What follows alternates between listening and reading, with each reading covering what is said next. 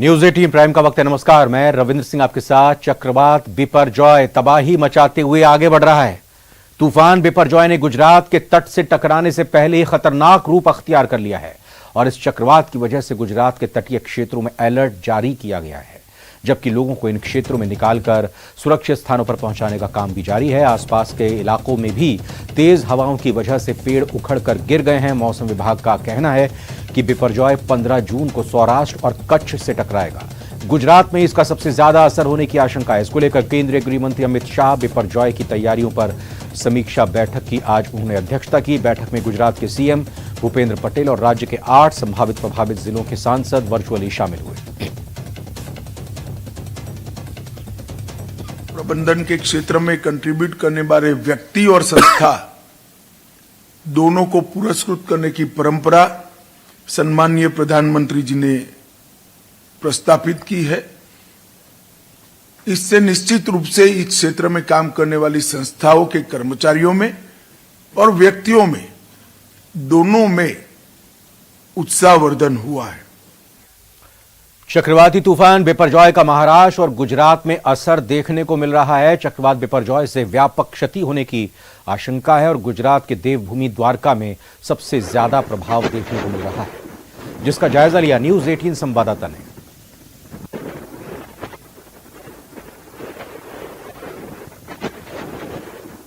गुजरात में साइक्लोन आने से पहले की जो गतिविधि है वो तेज हो रही है। बारिश सुबह से यहाँ पर बंद होने का नाम नहीं ले रही है। साथ में ही जिस तरह से जितने भी कोस्टल एरिया है गुजरात के, वहाँ पर तेज तराज हवाएं चल रही है और जिस तरह से माना जा रहा है कि और 2 दिन के बाद जो साइक्लोन है गुजरात के जखौ या मांडवी या कच्छ जो एरिया है वहां पर वो टकराने वाला है। उसके आसपास 100 किलोमीटर के आसपास के एरिया पे इफेक्ट सबसे ज्यादा होने वाली है। मैं आपको जो दृश्य दिखाऊंगा, जो लाइव विजुअल दिखाऊंगा अपने दर्शकों को, ये दृश्य है द्वारका नगरी के। द्वारका प्रसिद्ध यहाँ का पर्यटक स्थल भी है। यहाँ पर यह मान्यता भी मानी जाती है द्वारकाधीश की, क्योंकि द्वारका नगरी पूरे विश्व में प्रसिद्ध है। लेकिन आप द्वारका का ये आप समुद्र देख सकते हैं, किस तरह के समुद्र में जो तूफान है वो यहाँ पर दिख रहा है। यहाँ पर जिस तरह से कंटिन्यू बारिश हो रही है, साथ में ही जो हवा की जो गति है वो यहाँ पर तेज हो रही है, लेकिन समुद्र अपनी जो फितरत है वो छोड़ रहा है और लगातार समुद्र की जो लहरें है वो 20 से 25 फुट ऊपर वो यहाँ पर दिख रही है। और पूरे जो एरिया है वहाँ पर उनको कॉर्डन किया गया है। कॉमन पीपल को यहाँ पर जाने के लिए प्रतिबंधित किया गया है, वहाँ पर रोका जा रहा है। साथ में ही जो भी लोग बाहर से यहाँ पर आ रहे हैं उनको भी यहाँ के प्रशासन ने अपील की है आप द्वारका मत आइए, क्योंकि द्वारका के आसपास के एरिया में जिस तरह से साइक्लोन टकराने वाला है, यहाँ पर तेज तरार बारिश होगी, तेज तराज यहाँ पर हवाएं चलने वाली है, इसलिए यहाँ पर कुछ भी हो सकता है। इसलिए पर्यटकों को भी कहा गया है कि आप यहाँ पर मत आइए। तो साथ में ही यहाँ की जो गवर्नमेंट है, गुजरात गवर्नमेंट, उन्होंने भी तकेदारी पे कई काम यहाँ पर किए हैं। एनडीआरएफ की 18 से ज्यादा टीम यहाँ पर अपॉइंट की गई है। पूरे गुजरात के 8 डिस्ट्रिक्ट है जो इफेक्ट होने वाली है। अहमदाबाद हम बात करेंगे, द्वारका की, जामनगर है, पोरबंदर है, कच्छ है, मोरबी है, जितने भी एरिया है, जो जितने भी कोस्टल एरिया लग रहे हैं, सब जगह पर बारिश होने की अनुमान यहाँ पर वेदर विभाग ने अंदाजा लगाया है। तो साथ में ही जो तेज तराज हवाएं यहाँ पर होने वाली है और एक ये भी कहा गया है, जो फोरकास्ट ने कहा है कि आने वाले 2 दिन में जो ये हवा की गति है वो ज्यादा तेज होने वाली है। अभी तक जो चल रही है वो 17 से 80 प्रति किलोमीटर जो माना जा रहा है वो हवाएं यहाँ पर चल रही है। साथ में ही आने वाले 2 दिन में ये हवा का रुख ज्यादा तेज होने वाला है। लेकिन आप देख सकते हैं पूरे में द्वारका के टॉप एंगल के ये आपको मैं विजुअल दिखा रहा हूं अपने दर्शकों को, क्योंकि जो विजिबिलिटी है वो भी यहाँ पर डाउन हो रही है, बारिश लगातार हो रही है। और साथ में ही यहाँ के जो प्रशासन है, यहाँ पर केंद्रीय मंत्रियों को भी रखा गया है। यहाँ के स्टेट गवर्नमेंट के भी जो गृह मंत्री वो भी यहाँ पर प्रभारी के तौर पर यहाँ रखे गए हैं। और जिस तरह से 3000 से भी ज्यादा लोगों को यहाँ पर शिफ्टिंग किया गया है और समुद्र के पास से लेकर 5 किलोमीटर के दूर तक जितने भी कच्चे मकान है, झुपड़पट्टी है, सब लोगों को वहां से सुरक्षित जगह पर रखा गया है और सबके लिए रहने की, खाने की व्यवस्था यहाँ पर की गई है। एनडीआरएफ की 3 टीम द्वारका यहाँ पर अपॉइंट की गई है। द्वारका में एनडीटीवी की टीम की अलग अलग टुकड़ी है, जो टीम है वो अलग अलग एरिया में जाकर जा रही है। साथ में केंद्र के जो मंत्री है पुरुषोत्तम रूपाला, वो भी यहाँ पर निरीक्षण कर रहे हैं, यहाँ पर भी वो आ रहे हैं और पूरा जायजा ले रहे हैं। तो साथ में राज्य के जो गृह मंत्री हर्ष संघवी, वो भी खुद यहाँ पर है, 2 दिनों से लगातार बैठकें कर रहे हैं। यहाँ के जो धार्मिक मंदिर है उनके भी ट्रस्टियों के साथ मिल रहे हैं, क्योंकि 2 दिन के बाद जो यहाँ पर असर होने वाली उसके पहले की तैयारी तंत्र यहाँ प्रशासन यहाँ पर कर रहा है। लेकिन साथ में सबसे बड़ी बात ये मानी जा रही है कि जो साइक्लोन आने वाला है वो कच्छ के जखो के पास वो वहां पर टकराएगा, लेकिन उसके पहले उसके अराउंड जितने भी 100 किलोमीटर का एरिया है वहां पर उसकी इफेक्ट। मौसम विभाग का कहना है कि 1965 के बाद जून में गुजरात में आने वाला यह तीसरा चक्रवात होगा। उत्तर पश्चिम रेलवे ने कई ट्रेनें रद्द कर दी हैं। गुजरात में बड़ी संख्या में लोगों को सुरक्षित निकाल लिया गया है। वहीं केंद्रीय स्वास्थ्य मंत्री मनसुख मंडाविया ने कच्छ में कांडला पोर्ट का दौरा किया और बिपरजॉय तूफान को लेकर की जा रही तैयारियों का जायजा लिया।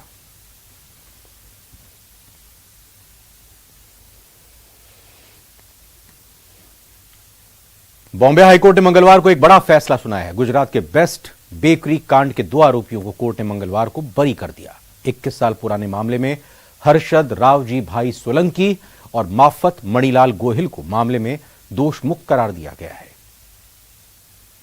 बाद गुजरात में कई ऐसे जगह थे जहां पर हिंसा फैली थी, उसी में से एक बेस्ट बेकरी कांड था जहां पर 14 लोगों की मौत हो गई थी।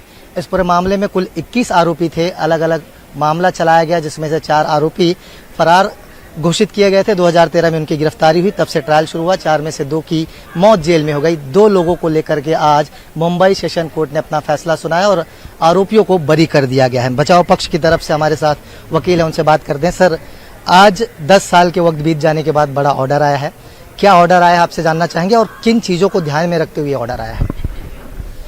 ऐसा है कि जो पहला ट्रायल हुआ था उसमें जो हाईकोर्ट द्वारा 4 लोगों का कन्विक्शन कंफर्म किया गया है, उसमें जो 3 आई विटनेसेस के द्वारा उनके खिलाफ गवाही दी गई थी, जो उस वारदात में जिंदा बचे थे, इंजर्ड थे, उन तीनों को जब इस कोर्ट में लाया गया गवाही के लिए, तो वो तीनों ने भी इन दोनों के खिलाफ कुछ भी इस कोर्ट में बताया नहीं कि इन्होंने कुछ मारा या कुछ रोल उसमें प्ले किया।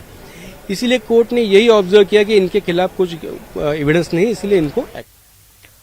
जम्मू कश्मीर के कुपवाड़ा से लगी नियंत्रण रेखा के पास भारतीय सेना और पुलिस के साझा ऑपरेशन में 2 आतंकवादियों को मार गिराया गया है। कश्मीर जोन पुलिस ने ट्वीट करके जानकारी दी। पुलिस के मुताबिक कुपवाड़ा जिले के डोबनार मचल इलाके में पड़ने वाली नियंत्रण रेखा के पास अभियान में आतंकी मारे गए हैं। पुलिस के मुताबिक तलाशी अभियान अब भी जारी है। मारे गए आतंकवादियों की पहचान नहीं हो सकी है। आशंका जताई जा रही है कि हो सकता है कि आतंकियों ने हाल ही में घुसपैठ की हो।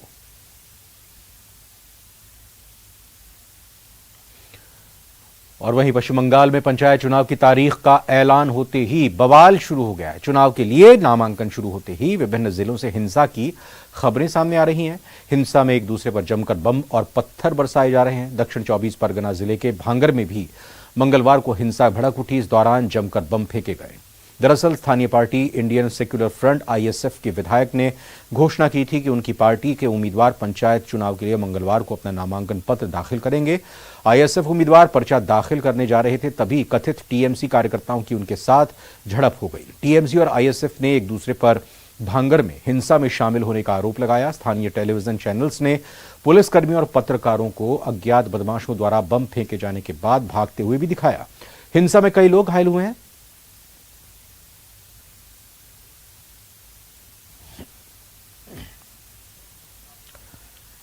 टेरर फंडिंग के खिलाफ कश्मीर घाटी में राष्ट्रीय जांच एजेंसी NIA ने कार्रवाई की है। NIA ने श्रीनगर में मोहम्मद अकबर खांडे की संपत्ति कुर्क की है। शाला टेंग में एक कनाल 10 मरला भूमि इसमें शामिल है। यह कार्रवाई विशेष NIA court Patiala house court नई दिल्ली के आदेश के तहत की गई है। हुर्रियत आतंकवाद को फंडिंग करने वाले अकबर खांडे की संपत्ति कुर्क हुई है। अकबर खांडे तहरीक हुर्रियत प्रमुख सैयद अली शाह गिलानी के बहुत करीबी सहयोगी में से थे। मोहम्मद अकबर खांडे को अयाज अकबर के नाम से भी जाना जाता है। उसे 2017 में गिरफ्तार किया गया था। So it has been attached on 31st May, I guess the order came. Okay. So today they are doing this. In which case this property has been attached? It's a UAPA case or something. Okay. So you have been living here? Yeah, I have been living here ever since I was born. Okay. So how long this has been? He was arrested on 24th July in 2017.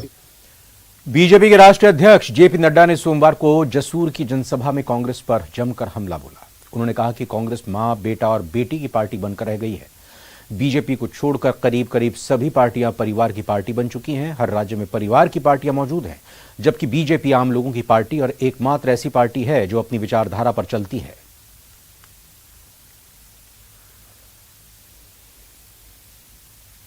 कोई party नहीं रहेगी जहां साधारण कार्यकर्ता भारत का प्रधानमंत्री बन सकता है।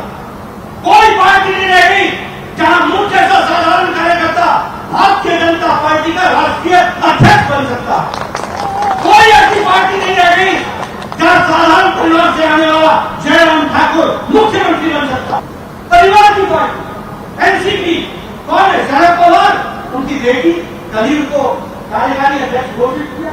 ये सब परिवार की पार्टी। कौन सा प्रदेश बन गया? अब आप कांग्रेस पार्टी की बात करेंगे तो कांग्रेस पार्टी भी अब मां, बेटा, बेटी की पार्टी रह गई। बाकी सब सुनने की जरूरत चला गया। पीएम मोदी ने देश के 70,000 युवाओं को सरकारी नौकरी का नियुक्ति पत्र सौंपा है। 13 जून को जगार मेले में वीडियो कॉन्फ्रेंसिंग के जरिए पीएम ने नियुक्ति पत्र बांटे। इस दौरान मोदी ने युवाओं को संबोधित भी किया। रोजगार मेले में मोदी ने कहा, ये रोजगार मेले एनडीए और भाजपा सरकार की नई पहचान बन गए हैं। मुझे खुशी है कि बीजेपी के शासन वाली सरकारें भी लगातार इस तरह के रोजगार मेलों का आयोजन कर रही हैं। जो लोग इस समय सरकारी नौकरी में आ रहे हैं, उनके लिए बहुत ही महत्वपूर्ण समय है। आपके सामने अगले 25 साल में भारत को विकसित राष्ट्र बनाने का लक्ष्य है। मोदी ने कहा कि आज पूरी दुनिया हमारी विकास यात्रा में साथ है, चलने को तत्पर है। भारत को लेकर विश्वास और हमारी अर्थव्यवस्था पर इतना भरोसा पहले कभी नहीं रहा। तमाम कठिनाइयों के बावजूद भारत अपनी अर्थव्यवस्था को नई ऊंचाइयों पर ले जा रहा है। विश्व की बड़ी बड़ी कंपनियां उत्पादन के लिए भारत आ रही हैं। प्राइवेट और पब्लिक सेक्टर दोनों में ही नौकरियों के निरंतर नए मौके बन रहे हैं। बहुत बड़ी संख्या में हमारे नौजवान स्वरोजगार के लिए भी आगे आ रहे हैं। बिना गारंटी बैंक से मदद दिलाने वाली मुद्रा योजना ने करोड़ों युवाओं की मदद की है। Startup India, stand up India जैसे अभियानों से युवाओं का सामर्थ्य और ज्यादा बढ़ा है। सरकार से मदद पाने वाले नौजवान अब खुद अनेक युवाओं को नौकरी दे रहे हैं। बीते वर्षों में जिस तरह बड़े पैमाने पर युवाओं को सरकारी नौकरी दी गई है, यह अभियान भी अपने आप में अभूतपूर्व है। देश में सरकारी नौकरी देने वाले प्रमुख संस्थानों जैसे एसएससी, यूपीएससी और आरआरबी पहले के मुकाबले इन व्यवस्थाओं के माध्यम से ज्यादा युवाओं को नौकरी दी है। हरियाणा के कुरुक्षेत्र में आज भी किसानों का धरना जारी है। बीते 18 घंटों से सभी किसान कुरुक्षेत्र में दिल्ली चंडीगढ़ हाईवे पर डटे हुए हैं। इससे पहले भारतीय किसान यूनियन चढ़ूनी की ओर से पीपली अनाज मंडी में सोमवार को बुलाई गई किसान महारैली में किसी भी तरह का समाधान नहीं मिलने पर किसानों ने पीपली में गीता द्वार के नजदीक जीटी रोड को जाम कर दिया। जाम करने के लिए किसानों ने सड़क पर ट्रैक्टर और अन्य वाहन खड़े कर दिए। सभी किसानों की रात तो हाईवे पर गुजरी, इसके साथ ही उनका खाना पीना भी वहीं हुआ। सड़कों पर अलग ही तरह का मंजर देखने को मिला। मंगलवार की सुबह किसान पानी का टैंकर खड़ा करवाकर सड़कों के किनारे और पार्कों में पाइप से नहाते हुए नजर आए।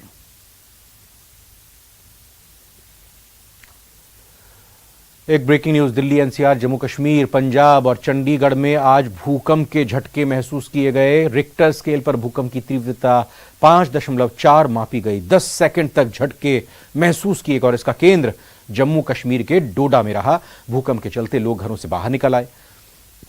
काफी देर तक डरे सहमे लोग नजर आए। जो चिंता की बात यह रही कि पिछले 36 घंटे के अंदर जम्मू कश्मीर की तरह भारत और आसपास के देशों में 7 बार भूकंप के झटके महसूस किए जा चुके हैं। आइए जानते हैं कहां कहां कब और कितनी तीव्रता का भूकंप आया। भूकंप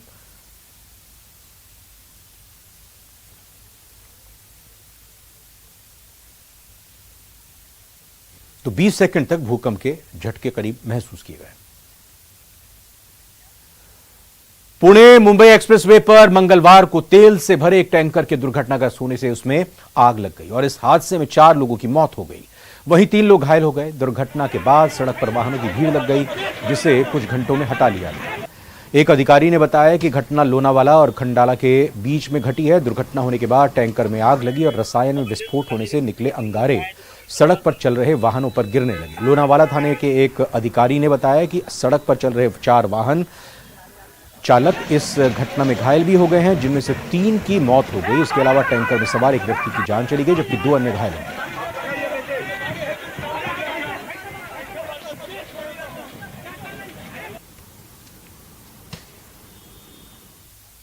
इस वक्त की 25 महत्वपूर्ण खबरें प्राइम 25 में आइए देखते हैं।